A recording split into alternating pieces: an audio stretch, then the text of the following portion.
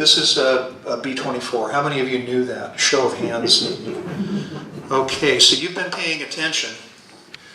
This is actually a pretty famous B-24. This particular airplane, this is a painting, but this particular aircraft is of Witchcraft. Now, Witchcraft was a B-24H that was built at Ford's Willow Run factory in Michigan. She rolled off the assembly line early in 1943, and she was ferried from there to Wendover, Utah, Wendover Army Airfield in Utah, which is still an Air Force base. It is a bleak, bleak place, but it was great for training bombers. And so at that time, she rolled out. She went to the 467th Bomb Group, brand new. So I'm going to tell you a little bit about this airplane, and then the second story will follow. And all of it came together. And it's interesting because the history of this airplane is pretty well documented. She had a fabulous history. She's no longer with us, yes. But her history has been very well documented in the past. What nobody thinks about is what got her so famous, what made the airplane so famous, what made it possible for the airplane to achieve the accomplishments that she became known for. So in the package that I found was the two squadrons, or the squadron and the group that the airplane was assigned to. This is the 467th Bomb Group, 790th Bomb Squadron. Now, Bomb Group in 1944 usually comprised 4 squadrons, as did the 467th. Each squadron had 18 aircraft and about 22 crew assigned. There were, at one time, 72 bomb groups. That was a lot of airplanes that were in operation. And of the 72 heavy bomb groups, the bulk of them in 44 were in England with the 8th Air Force, although there were some with the 9th as well. And there were some in the Pacific. This is the earliest known photograph of Witchcraft. This is right after her delivery to the bomb squadron at Wendover, when she was delivered to the 790th. No nose art on the airplane. The paint's fairly fresh. This is just a lot code number. It's nothing personal yet. This fellow right here is George Reed. He was the assigned pilot for this particular airplane, and during the course of her missions, he flew about 62 of the missions on this particular airplane. Survived the war and was a regular attendee with many of the conventions post-war. This is the original flight crew assigned to the plane. They also were assigned to this airplane through its entire career. Now, this particular B-24H, which is essentially identical to a B-24J, the H and the J tended to indicate, they indicated where the airplane was built. In this particular case, it's a Ford-built H. If it had been built in San Diego, it would have been a J. It gets confusing, the nomenclature on B-24s, because they were also built by Douglas, and it's a real puzzle trying to figure them out if you can't see the serial number on an airplane. Fortunately, this one's pretty well identified. Arrived at Wendover in the spring. It went through intensive training with the group. They had one of the most rigid COs in this group. His name was Showers, Colonel Showers. Showers was notorious in the Air Force for his ramrod straight, absolute devotion to duty and to military decorum, which was sort of unusual amongst bomb groups who had a tendency to be a little more casual than that. And he actually had quite an interesting record. Showers was one of very few COs for a bomb group who was with it from its inception till its disestablishment. And that's fairly unusual. Most of them would serve for a period of time and then be relieved. Showers saw them through. He also attended a lot of the conventions post-war, and he was not a popular guy during training, partly because of his absolute demand for insistence on regulations, and he pushed them very hard when it came to training. But post-war, he was quoted as having said that if he got one more guy back alive at the end of the war, then all of that had been worthwhile. And interestingly, someplace during the war, he went from being incredibly unpopular to being actually everybody's favorite CO. So he had an interesting legacy, and quite a fellow. After training, the airplane left the United States. It left Wendover in January, flew to Florida, and in February, the group left, 2s, 3s, 4s, and they went by the southern route through Brazil, across through the Azores to North Africa, and thence up to the UK. This airplane arrived at RAF Rackheath, which was going to be its home base in England, in March. Excuse me, in March of '44. So this airplane's history actually starts, its combat history doesn't start until it flies its first mission on the 10th of April, 1944. And bear in mind, the war is going to be ending in May, but just a little over a year later. In that year, Witchcraft and her associated crews completed 130 complete missions. No aborts, no technicals that kept her from launching. And in fact, she actually launched 132 times, but 2 of the flights were recalls because of weather over the target. So they got all the way out there and turned around and came back, jettisoned bombs over the North Sea or the English Channel and landed. So she actually flew all of 130 actual deliveries. So 130 missions, that was a record. It was a record for B-24s. That's more missions than any other single B-24 flew, and it was a record for the 8th Air Force. And it all happened in all the way through 1944, which was the highest loss rate period of time for the 8th Air Force during World War II. It's really quite extraordinary. Never hit by flak, never hit by fire from fighters. None of her crew was ever injured or suffered any other casualties. Quite a remarkable record. And these guys flew, as I said, Reed flew 62 of the missions. This was his crew. They were with him on most of those missions. The odds against all of that happening were pretty extraordinary. The United States bombers in Europe suffered 10,000 aircraft losses. Most of those airplanes had 10 people aboard. The Army Air Forces in overall lost 53,007 men to operational losses. That was more than the Navy and the Marine Corps combined during the war. Just staggering numbers of people. Staggering numbers. Some of it's due to poor strategy, but the bulk of it is due to really, really difficult odds, heavily defended targets, carefully defended targets. It was really an amazing number, and you know, you watch a movie like 12 O'Clock High today, and you see Gregory Peck dealing with the losses, and that was real. That's really how it must have been. That must have been very much like it felt. It's just an amazing feat to have accomplished 130 missions. This is the airplane photographed over Holland on her way out on a mission, and that's Witchcraft in a formation on a bombing flight. And this is her on the hard stand. This picture was taken August 8th, so this is about 5 months after she'd arrived at Rackheath. At this point, she's got quite a few mission marks on it, and she's been given the name. I've always thought this 3 was interesting. I don't know exactly why it's there. I don't think that's the number 3 engine. It's either 1 or 4. But it's curious, possibly just a replacement cowling. This picture drove me crazy for a while because this was in the collection that I was dealing with, and I could not for the life of me figure out why these airplanes were set up this way. Why are they not dispersed?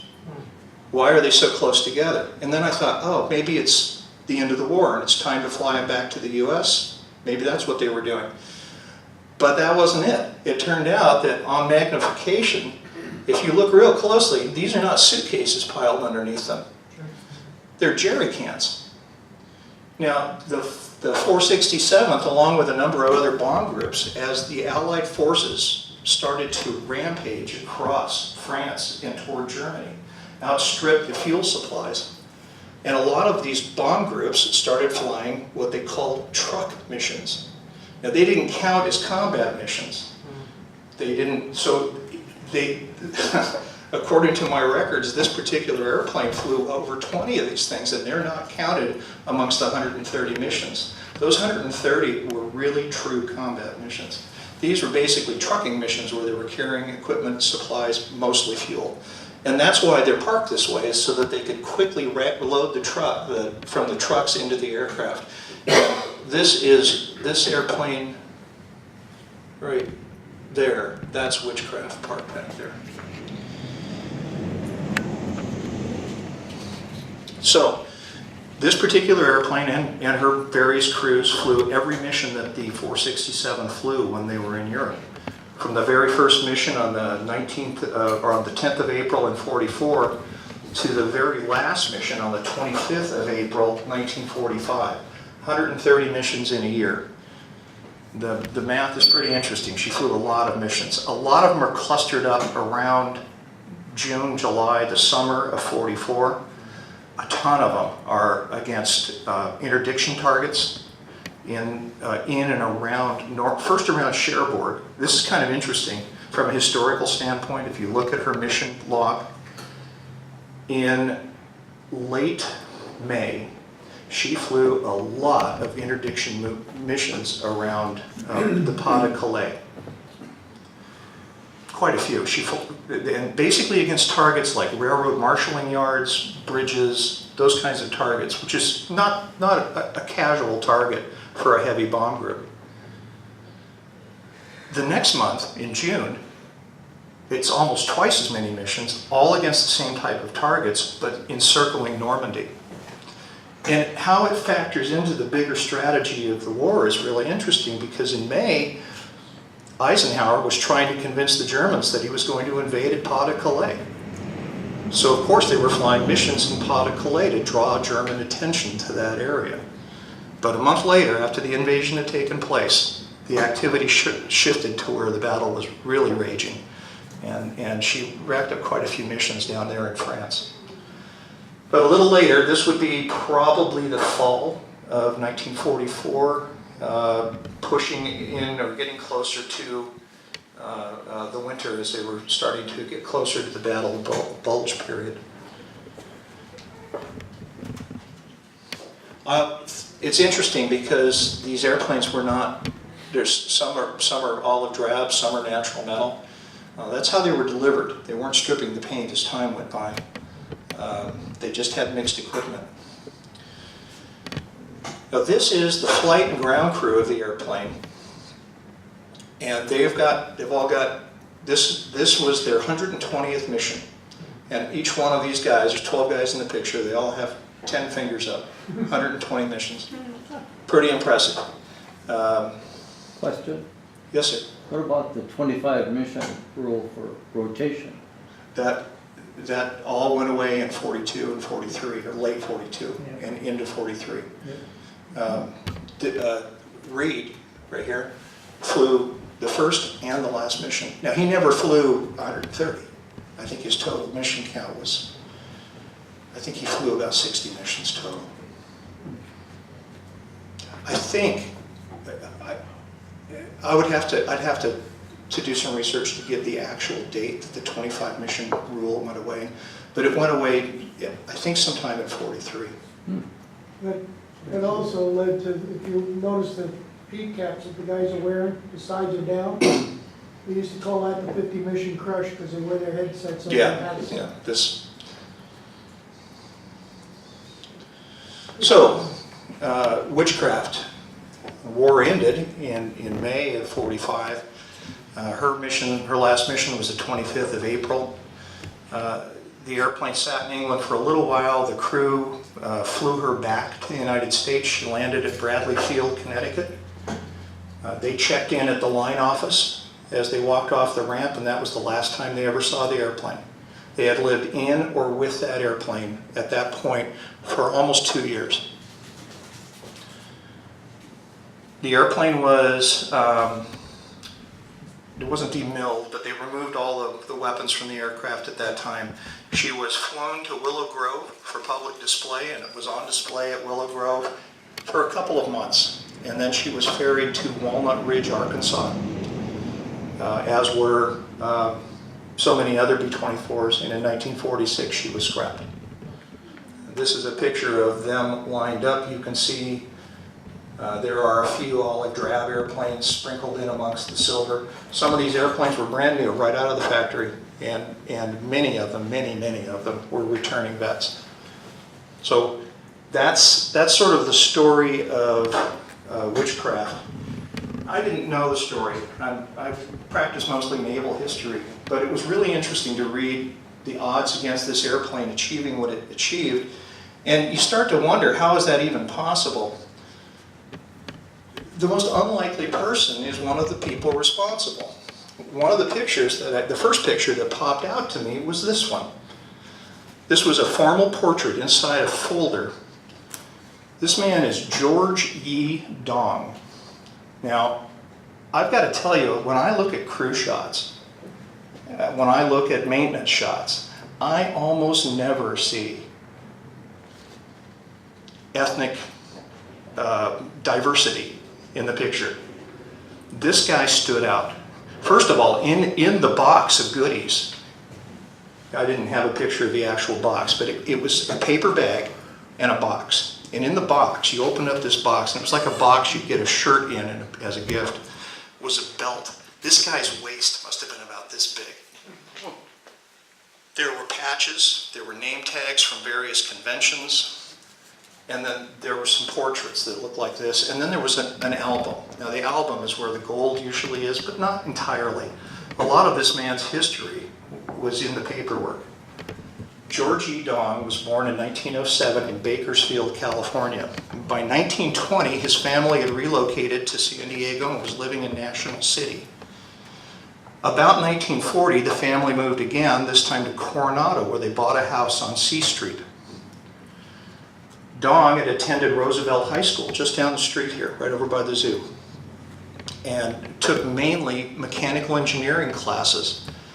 When he graduated from high school, he went to work for Mission, it was called the Mission Garage, and it was on Girard Street in La Jolla. And he worked there from graduation until he enlisted in the Army in 1942. And the Army wisely made him a mechanic. It's so funny because you run into guys who were bakers, who end up gunners, and guys who were skeet shooters who end up bakers in the Army. George ended up as a mechanic, as he probably should have been. Now George initially he went through basic training, and then he went to Seymour Johnson Army Air Base and was trained in Army mechanics. He was qualified to be a mechanic on A-20s, BT-13s and 15s, the B-25, initial training on the B-24, also on the AT-6. He was then forwarded to Willow Run, where he received specialized training on the Liberator, the B-24 Liberator, and on completion of that training in the summer of 43, he was transferred to Wendover, Utah, where he met Lieutenant Reed, his new boss, Witchcraft, who didn't have a name yet, and a lifelong friend, this guy right here, whose name was Joe Ramirez. Now, his real name is Jose Ramirez, but Joe Ramirez was the crew chief for this airplane. And Joe was from Los Angeles. Now, I have very little information on Joe, and I really wish I knew more about him. But he was the crew chief on the airplane. This is Dong, George Dong, and Dong was the assistant crew chief. And these guys are all additional mechanics, second, third, and fourth mechanic, or second, third, and fourth mechanic. I think one of them is armorer. But these were all non-flying crew for the aircraft. Didn't mean they didn't fly on the airplane. They flew on the airplane on its way to England. They flew it back to the US at the end of the war. We know that Dong flew on several of the truck missions as well. But these guys were the reason that that airplane was able to have 130 missions without a single abort. I mean, that's just incredible. Because these guys were changing push rods. They would change on average 12 push rods per mission. That's how quickly these airplanes were going through push rods. And interestingly enough, if you look at the Collings Foundation, who maintains a B-24 today, look at their website, they're changing push rods like nobody's business. It's just one of those pieces of the airplane, that the engine, that wears out the most quickly. Joe Ramirez, Dong, I really like this picture because there they are with their charge, and they took a lot of pride in this. They are responsible for this airplane's achievements.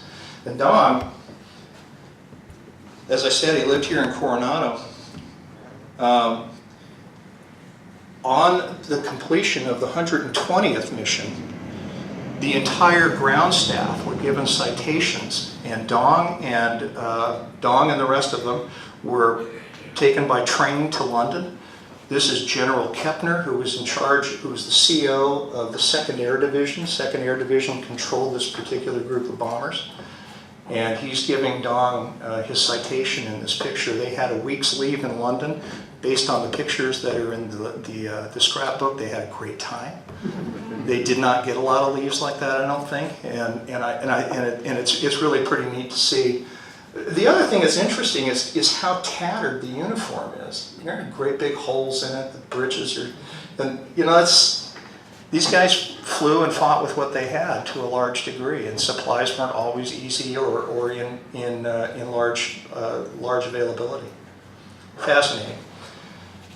Kepner, this was a big media opportunity because 120 missions at the time was kind of a big deal, and the war's doesn't have too much longer to go.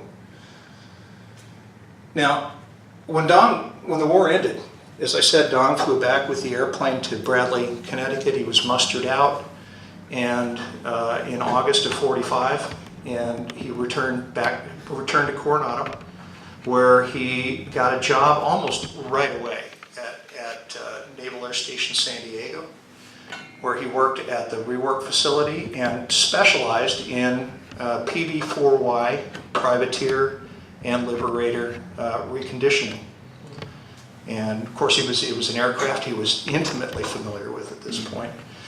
He also got to enjoy his favorite passions, which were fishing, and he belonged to a lodge group. And I don't know my cars that well.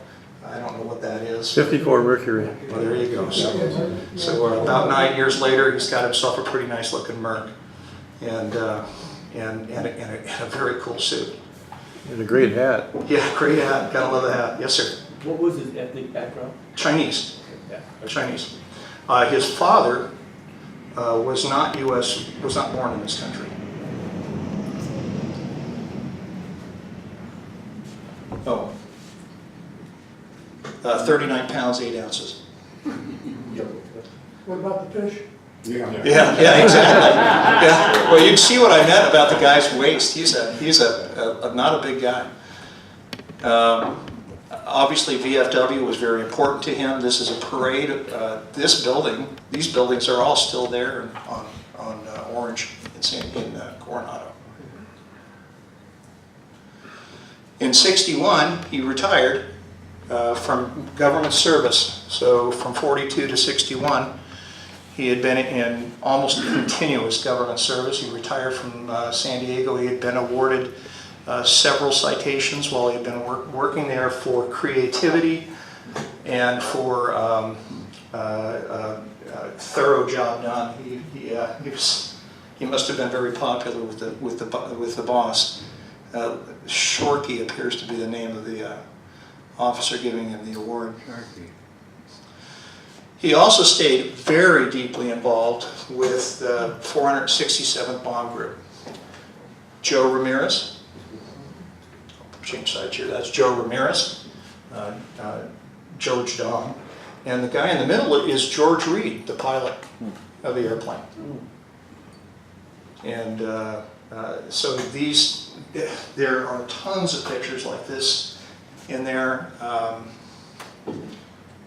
A couple of these things. This is on the occasion of George's 90th birthday. This young lady is his niece. This is his brother. This is his niece. And his niece wrote him a letter and a picture drawn in crayon when he was in the UK. And that was in the box of documents, was a picture from his niece to him, telling him that, and she was quite young at the time, told him that she hoped he was well and that she missed him and please come home soon. This is the last picture I have of them. It's a great picture. It's I believe it's taken at the Hotel Del. This is one of their conventions. George passed away in 1999, and Joe Ramirez passed away in 2001.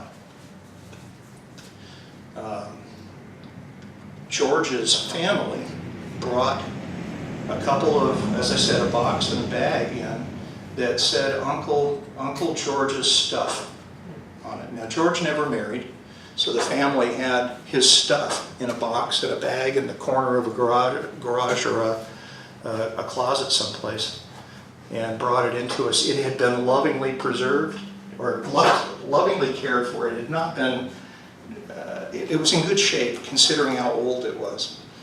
And as nice and touching as that picture is, this is how I think of George when I think of it. He hand-colored the tail of this black and white photograph. That's how much this meant to him, this part of his life meant to him. And it's stuff like this that I come into the museum for. It's stuff like this that I look at that table for every Friday morning. And I'm blessed to be able to do that. And I'm lucky to be able to share it with you, because you guys know now that there was a really diverse group of people who made success possible, and it's always that way. Any questions?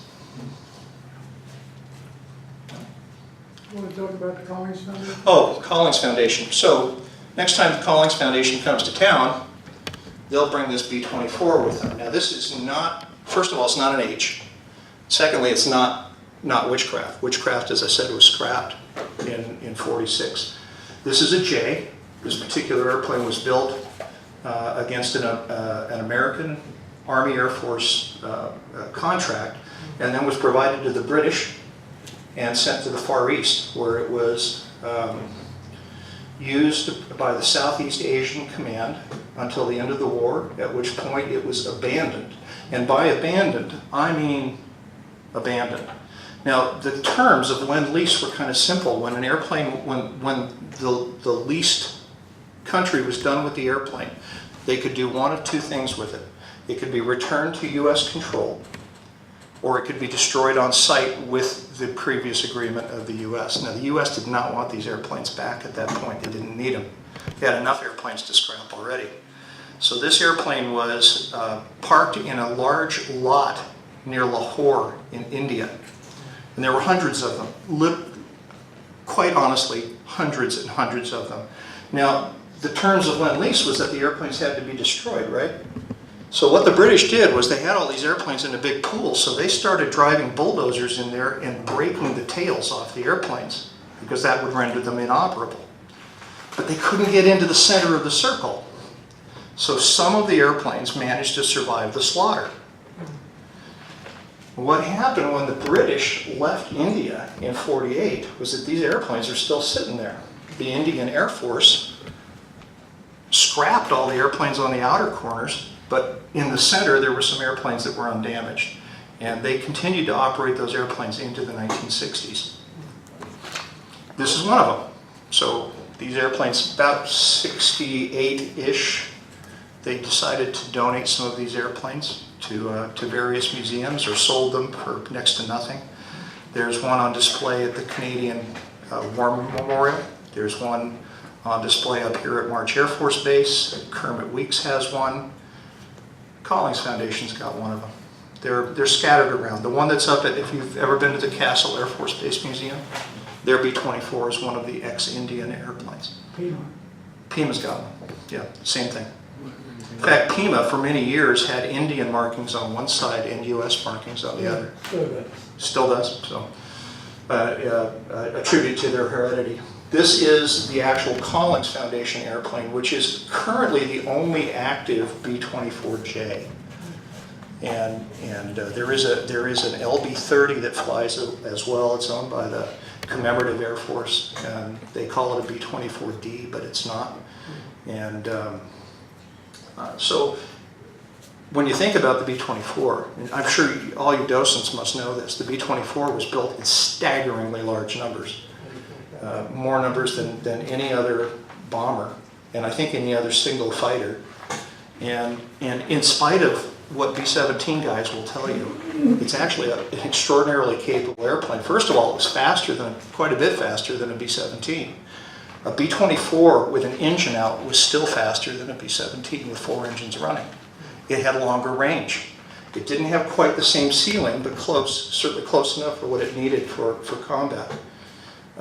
It was just a horrible airplane to crash land if you didn't have landing gear.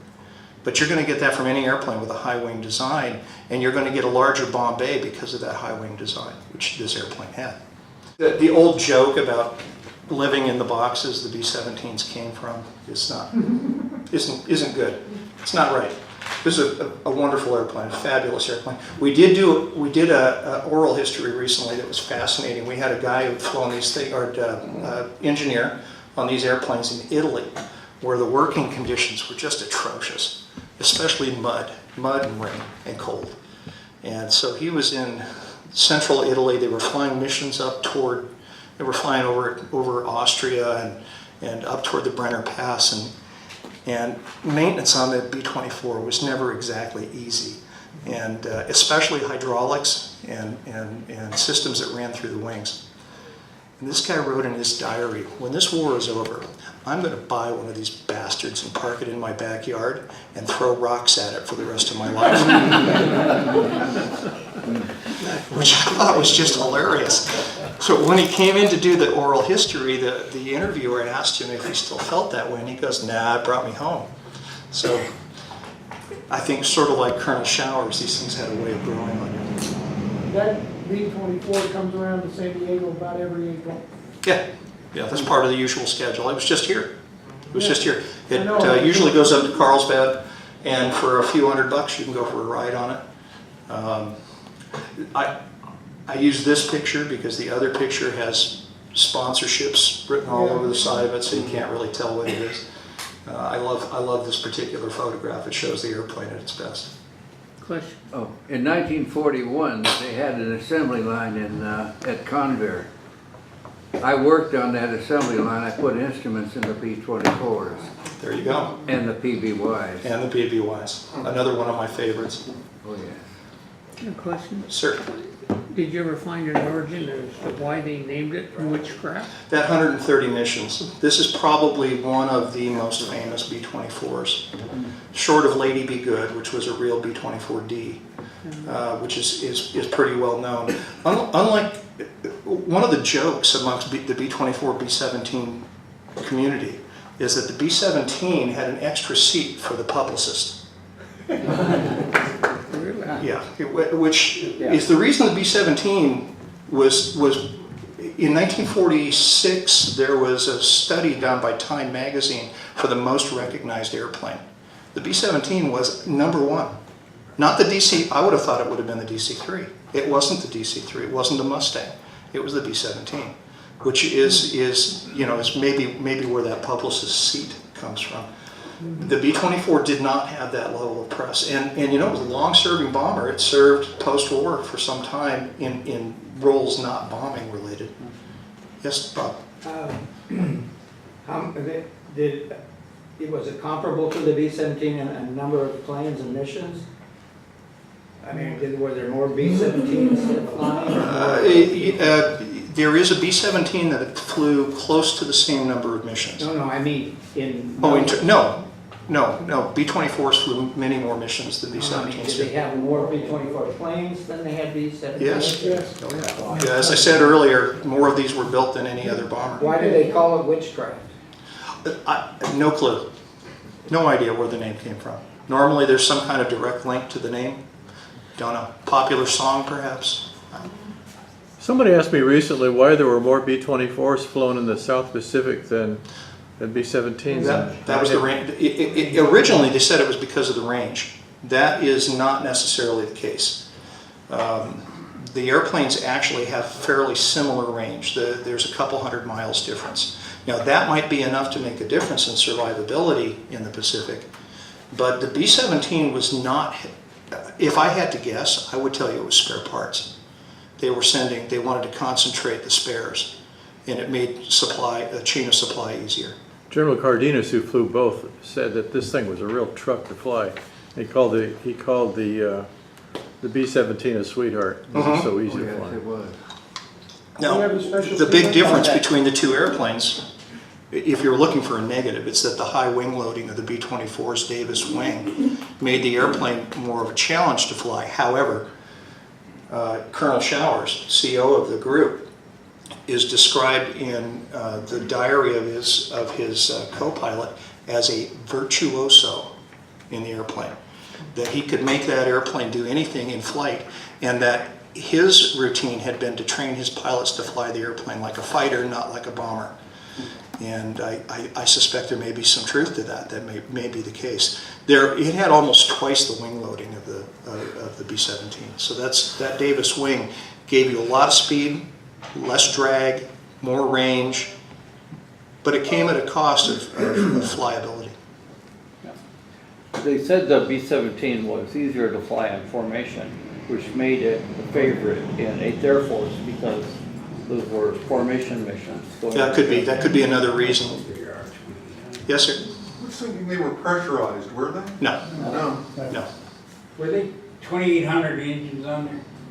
R-20? 1830. 1830s. Yeah, 1830s. Same as the You didn't see the R-28s until the B-29.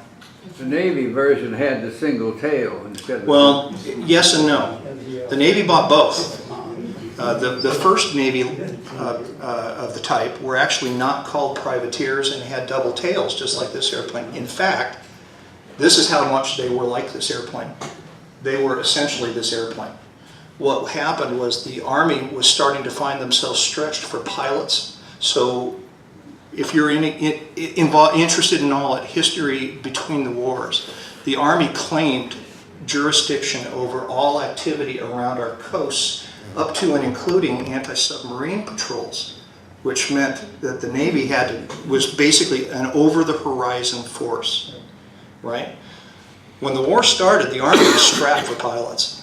I mean, they were seriously strapped for pilots. So they gladly surrendered the ASW role to the Navy, and if the Navy would take it, the Army would give them some B-24s, which they took right off the production line. Here in San Diego, the first came right off San Diego's production line. There were B-24Ds. And the Navy never called that version of the airplane the privateer. The privateer moniker belongs exclusively to the airplane with a single tail. Britain wrote those as anti-submarine patrols too. Sorry? Britain used a lot of Yes, those. yes. These airplanes, because of their extensive range and bomb load, and I think to a great degree their carrying abilities, they were popular in closing that anti-U-boat gap in the Atlantic. GIUK, yeah.